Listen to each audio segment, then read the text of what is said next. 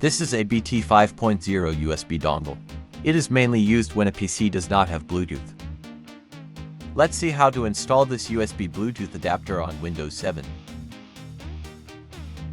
First, plug the USB Bluetooth adapter into the USB port of the PC. After plugging it in, go to your PC. Now Bluetooth is visible on the PC. If Bluetooth is not visible on the PC even after installing the adapter, then update your Bluetooth driver. Click on the Start menu. Right-click on Computer. Click on Properties. Click on Device Manager. Click on Bluetooth Radio.